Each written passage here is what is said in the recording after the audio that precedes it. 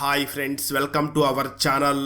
ఈరోజు మనం 2024లో తమిళ్ లాంగ్వేజ్ లో రిలీజ్ అయినటువంటి ఒక యాక్షన్ మూవీ స్టోరీని డిస్కస్ చేద్దాం. అదే Garudan. Now let's start our video.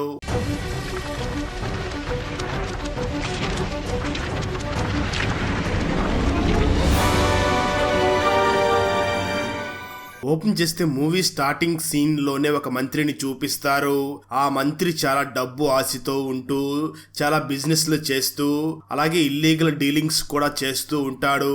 అలాంటి ఈ మంత్రికి సిటీలో ఖాళీగా ఉన్న ఒక భూమి మీద ఆశ కలుగుతుంది. నిజానికి ఆ భూమిని ఒక ఎన్ఆర్ఐ ఫ్యామిలీ గుడికి రాసిచ్చి వెళ్లిపోయి ఉంటుంది.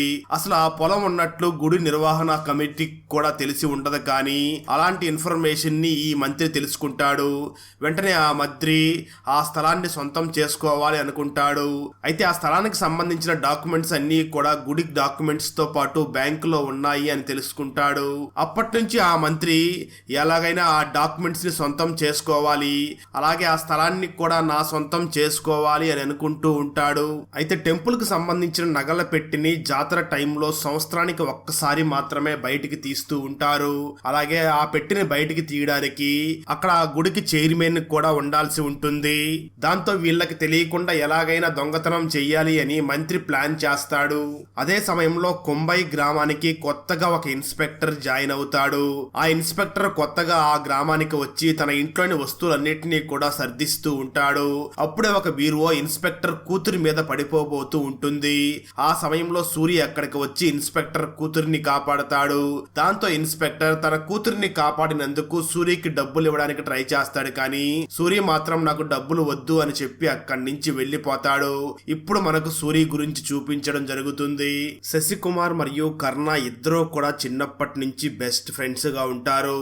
చిన్న వయసులో ఆడుకుంటున్నప్పుడు కర్ణ వేరే ఫ్రెండ్స్ తో గొడవ పడినప్పుడు సూరి వెళ్లి కర్ణాని కాపాడతాడు. ఆ రోజు నుంచి కర్ణ, సూరి, శశికుమార్ బెస్ట్ ఫ్రెండ్స్ అవుతారు. సూరికి అమ్మా నాన్న లేరు అని తెలుసుకుని కర్ణ వెంటనే తన ఇంటికి తీసుకుని వెళ్లి తన నానమ్మకు చూపించి ఈ రోజు నుంచి సూరి మనతోనే ఉంటాడు అని చెప్తాడు. సూరి విధంగానే శశికుమార్ మరియు కర్ణ కూడా వాళ్ళ పేరెంట్స్ ఉండరు. ముగ్గురు పెరిగి పెద్దవారు అవుతారు. సూరికి కర్ణ అంటే చాలా ఇష్టం ఉంటుంది. కర్ణకి ఏమైనా అయితే అస్సలు తట్టుకోలేకపోతూ ఉంటాడు.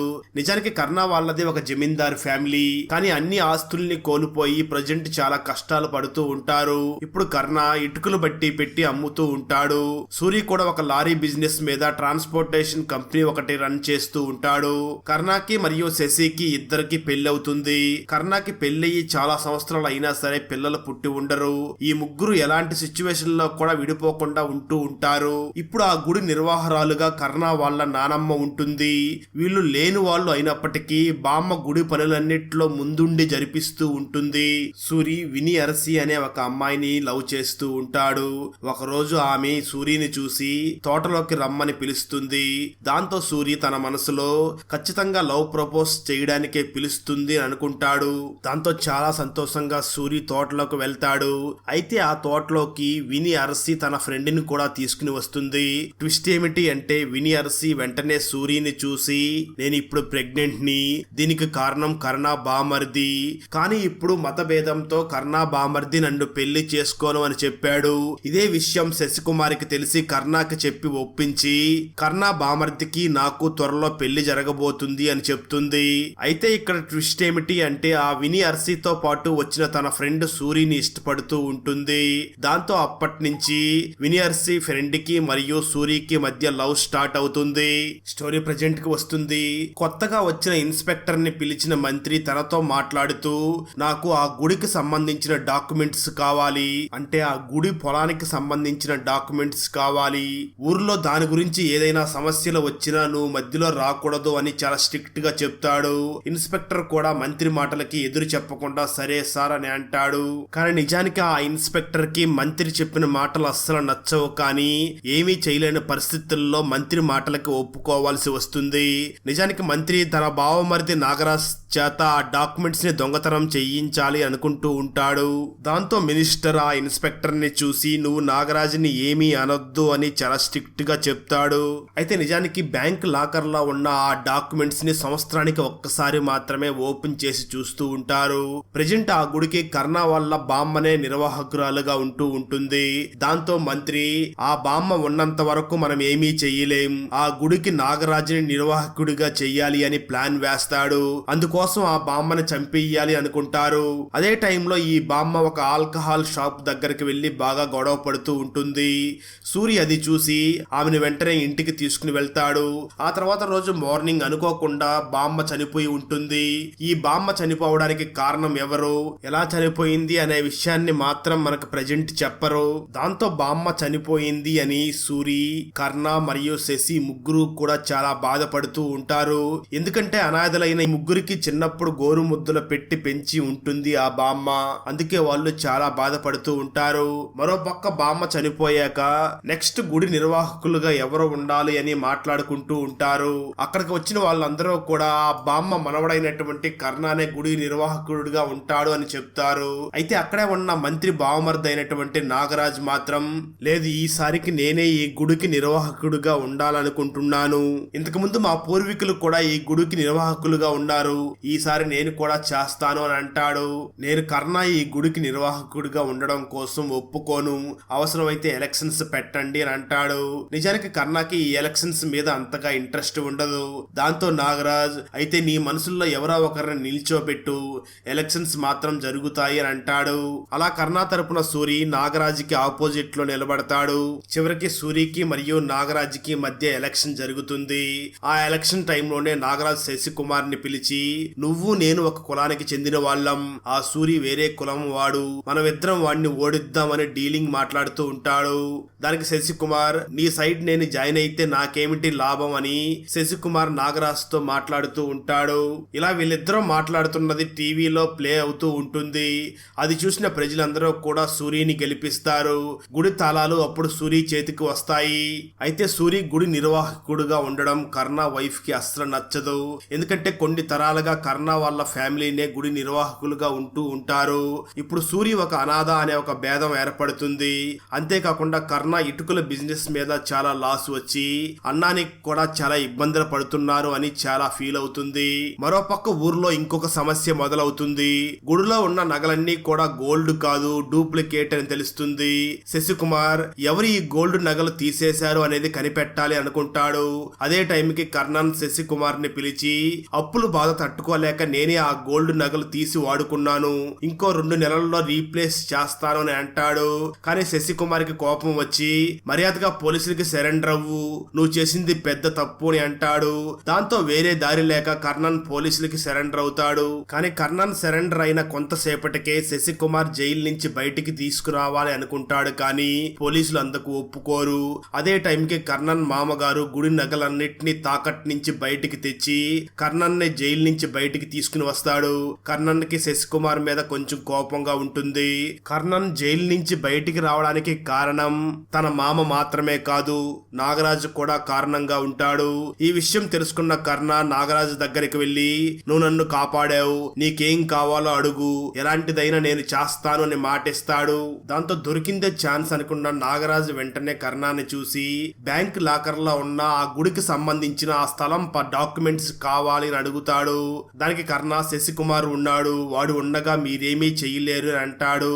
ఆ మాటలు విన్న నాగరాజు మాత్రం అది నేను చూసుకుంటాను, నేను చెప్పింది మాత్రమే చెయ్యి అని పక్కా ప్లాన్ వేస్తారు.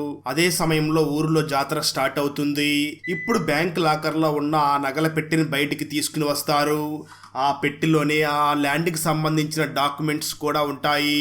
ఈ విషయం తెలుసుకున్న నాగరాజ్ మాత్రం ఆ డాక్యుమెంట్స్ ని పక్కాగా ప్లాన్ చేసి దొంగలించాలి అనుకుంటూ ఉంటాడు. అందుకోసం నాగరాజు కర్ణాన్ని వేరే పని ఏమీ చేయకుండా ఆ డాక్యుమెంట్స్ మీదనే కాన్సన్ట్రేట్ చెయ్యి అని చెప్తాడు. అదే టైంకి సూరి ఆ బ్యాంక్ లాకర్ లో ఉన్న నగల పెట్టిని తీసుకుని బయటికి వస్తాడు. నగల పెట్టికి ఏమీ జరగకుండా శశికుమార్ కూడా సూరికి హెల్ప్ చేస్తూ ఉంటాడు.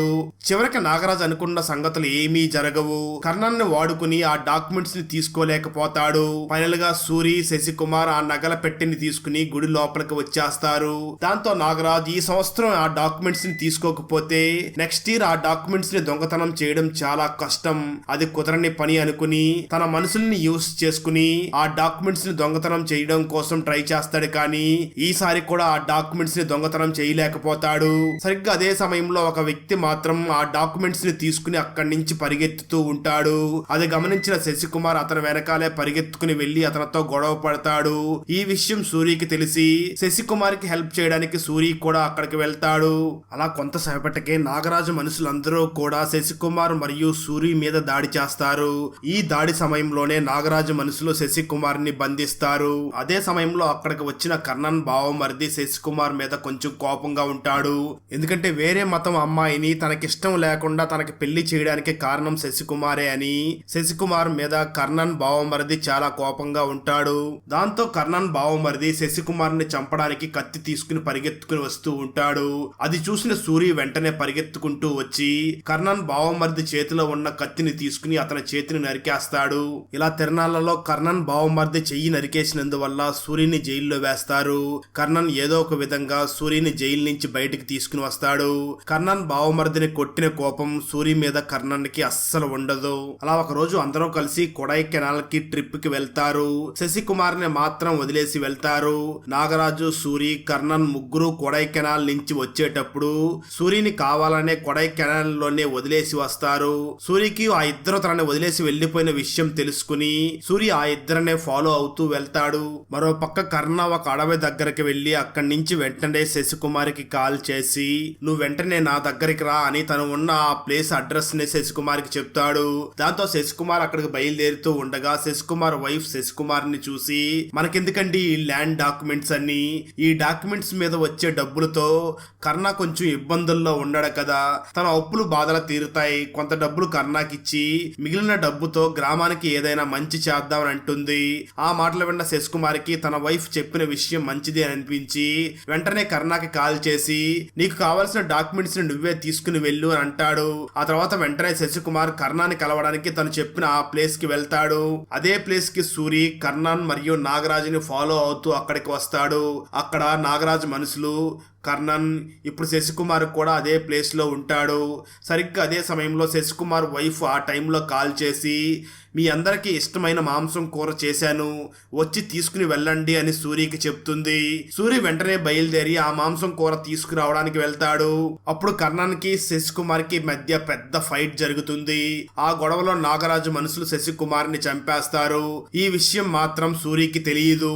మాంసం కూర తీసుకురావడానికి వెళ్లిన సూరి తిరిగి ఆ ప్లేస్ కి వచ్చి చూడగా అక్కడ ఎవ్వరూ జనాలు కనిపించరు. దూరంగా ఒక కారు ఉంటుంది. ఆ కారు దగ్గరికి వెళ్లి చూడగా ఆ శవాన్ని చూసిన సూరి బాధను తట్టుకోలేకపోతాడు. కొంత సమయానికి ఆ ప్లేస్ కి శశికుమార్ వైఫ్ కూడా వస్తుంది. తను అక్కడ శశికుమార్ శవాన్ని చూసి చాలా బాధపడుతుంది. కర్ణన్ ఆ ఇంటి స్థలం డాక్యుమెంట్స్ మీద 20 కోట్లు సంపాదించి సంతోషంగా ఉంటాడు. అయితే ఆ డాక్యుమెంట్స్ ఇచ్చేస్తాను అని శశికుమార్ చెప్పినప్పటికీ కర్ణన్ కి శశికుమార్ కి మధ్య ఎందుకు గొడవ జరిగింది అనే విషయాన్ని మాత్రం అప్పుడు చూపించరు. దాంతో శశికుమార్ వైఫ్ కర్ణన్ మీద పోలీస్ కంప్లైంట్ ఇస్తుంది. అయితే ఐ ఎవిడెన్స్ కానీ ఎటువంటి సాక్ష్యం లేదు అని, అదే విధంగా శశికుమార్ చనిపోయినప్పుడు కర్ణన్ కొడైకెనాల్లో ఉన్నట్లుగా సెల్ ఫోన్ టవర్లు చూపిస్తూ ఉంటుంది. దాంతో ఇన్స్పెక్టర్ వెంటనే శశికుమార్ వైఫ్ ని చూసి మర్డర్ జరుగుతుండగా చూసిన ఎవరైనా ప్రత్యక్ష సాక్షిని తీసుకుని రండి అని చెప్తాడు. దాంతో ఆమె వెంటనే సూర్యుని తీసుకుని ఇన్స్పెక్టర్ దగ్గరికి వస్తుంది. అయితే సూరి గొడవ జరిగిన సమయంలో అక్కడ లేడు కాబట్టి తను వెంటనే ఇన్స్పెక్టర్ ని చూసి కర్ణ నిజంగానే కొడైకెనాల్ లోనే ఉన్నాడు అనే అబద్ధం చెప్తాడు. ఆ మాటలు విన్న శశికుమార్ వైఫ్ చాలా బాధపడుతుంది. నువ్వు ఇన్నాళ్ళు నా ఇంట్లో ఉప్పు తిని నాకే ద్రోహం చెయ్యాలనుకుంటున్నావా అని సూరి మీద చాలా కోప్పడుతుంది శశికుమార్ వైఫ్. నిజానికి కర్ణానే శశికుమార్ ని చంపాడు అన్న విషయం సూరికి తెలిసి ఉంటుంది, కానీ అయినా కూడా అబద్ధం చెప్తాడు. అంటే సూరి కర్ణాని చాలా ఇష్టపడుతూ ఉంటాడు కదా, అందుకే ఇలా చెప్పాడేమో అని అనిపిస్తుంది. కానీ ట్విస్ట్ ఏమిటి అంటే కర్ణ ముందుగానే సూరిని పిలిచి బెస్ట్ ఫ్రెండ్ ఫ్రెండ్ అని చూడకుండానే శశికుమార్ నన్ను చంపడానికి వచ్చాడు, అందుకే నేను ఆ శశికుమార్ని చంపాల్సి వచ్చింది అని కర్ణ అబద్ధాలన్నీ సూరికి చెప్పి ఉంటాడు. కర్ణ మాటలను విన్న సూరి అందుకే ఇన్స్పెక్టర్ దగ్గర అబద్ధం చెప్తాడు. అయితే శశికుమార్ వైఫ్ మాత్రం తన భర్తకు జరిగిన అన్యాయాన్ని ఖచ్చితంగా కనిపెట్టాలి అనుకుంటూ ఉంటుంది. శశికుమార్కి ఒక 15 సంవత్సరాల వయసు ఉన్న కొడుకు ఉంటాడు. ఆ కుర్రవాడికి కోపం వచ్చి వెంటనే కత్తి తీసుకుని కర్ణాన్ని చంపడానికి వస్తాడు. అది గమనించిన సూరి వెంటనే ఆ అబ్బాయిని ఆపుతాడు. అయితే ఒక చిన్న బాబు నన్ను చంపడానికి రావడం ఏమిటి అని కర్ణ కోపంతో ఆ బాబుని చంపడానికి వస్తాడు. సూరి ఆ అబ్బాయిని కాపాడి ఎవరికీ తెలియకుండా వాళ్ళ ఇంట్లో వదిలిపెట్టడానికి తీసుకుని వెళుతూ ఉంటాడు. అయితే వెళ్లే దారిలో నాగరాజు అది చూసి ఆ అబ్బాయిని చంపాలి అనుకుంటాడు. వెంటనే సూరి ఎదురుపడి నువ్వు ఆ అబ్బాయిని చంపాలి అంటే ముందు నన్ను దాటాలి అని చెప్పి, అదే విధంగా మా ముగ్గురు ఫ్రెండ్స్ లో గొడవ రావడానికి ఫస్ట్ నుంచి నువ్వే కారణమని సూరి వెంటనే నాగరాజుని చంపేస్తాడు. ఆ తర్వాత సూరి తనకు తానుగా పోలీస్ స్టేషన్ కి వెళ్లి సరెండర్ అవుతాడు. అప్పుడు జరిగిందంతా చెప్తాడు. అదే సమయానికి కర్ణ కూడా అక్కడికి వస్తాడు. సూరి అక్కడ ఉన్న పోలీసుల్ని చూసి శశికుమార్ ని ఎవరైనా చంపాలి అని ట్రై చేస్తే ముందుగా అలా అనుకున్న వాళ్ళని నేనే చంపుతాను, అంతేకాకుండా నాగరాజుని కూడా చంపింది నేనే అని సూరి కర్ణ కూడా చెప్తాడు. నిజానికి కర్ణకి ఏమీ అర్థం కాదు. ఎందుకంటే ముందు నుంచి సూరి కర్ణకి అంత హెల్ప్ చేసి ఇప్పుడు సడన్ గా ఎందుకు ఇంత రూడ్ గా మాట్లాడుతున్నాడా అనుకుంటాడు. సరిగ్గా అదే సమయంలో మంత్రి కర్ణకి కాల్ చేసి ఎంత ధైర్యం ఉంటే నా బామర్ది నాగరాజునే చంపేస్తారు, ఇంతకీ ఆ సూరి ఎవరు, వెంటనే ఆ సూరిని చంపేయండి అని చెప్తాడు. దాంతో ఇన్ని సంవత్సరాలు తోడుగా ఉన్న సూరిని కర్ణ లాస్ట్ కి చంపాలి అని డిసైడ్ అవుతాడు. అదే టైంలో సూరిని కోర్టుకి తీసుకుని వెళుతూ ఉండగా సూరి ఎస్కేప్ అయ్యి అక్కడి నుంచి డైరెక్ట్ గా స్ట్రైట్ గా కర్ణ దగ్గరికి వెళ్లి తన ముందు నిలబడతాడు. ఇప్పుడు అసలు ట్విస్ట్ రివీల్ అవుతుంది. అంటే కర్ణ శశికుమార్ ని ఎందుకు చంపాడు, అదే విధంగా కర్ణ నాయనమ్మని ఎవరు చంపారు, దానికి కారణం ఏమిటి అనేది ఇప్పుడు తెలుస్తుంది. నిజానికి కర్ణ ఫస్ట్ నుంచి కూడా ఆ గుడి నగలు తీసుకుని ఇంటి అప్పులు కడుతున్న విషయం తన నాయనమ్మకి తెలిసి తనతో గొడవ పడుతుంది. దాంతో తన నాయనమ్మకి విషయం ఇచ్చి కర్ణానే చంపేస్తాడు. అయితే విషయం ఇచ్చిన అబ్బాయి వేరే వ్యక్తి. ఆ అబ్బాయి డైరెక్ట్ గా వెళ్లి శశికుమారికి కూడా ఈ విషయం చెప్పేస్తాడు. దాంతో కర్ణ శశికుమారికి నిజం తెలిసిపోయింది అనుకుని శశికుమార్ని కూడా చంపేస్తాడు. అయితే ఈ విషయం అంతా కూడా కర్ణ నాయనమ్మకి విషయం పెట్టిన ఆ అబ్బాయి వెళ్లి సూరి కూడా చెప్తాడు. దాంతో కర్ణ అందరికి నిజం తెలిసిపోయింది అని సూరిని కూడా చంపడం కోసం ట్రై చేస్తాడు. ఆ ప్రాసెస్ లోనే కర్ణ సూరి లవ్ చేస్తున్న అమ్మాయిని ఇటుకల బట్టీల దగ్గరకు తీసుకుని వెళ్లి చంపడం కోసం ట్రై చేస్తాడు. కానీ సూరికి ఈ విషయం తెలిసి తన లవర్ ని కాపాడుకుంటాడు.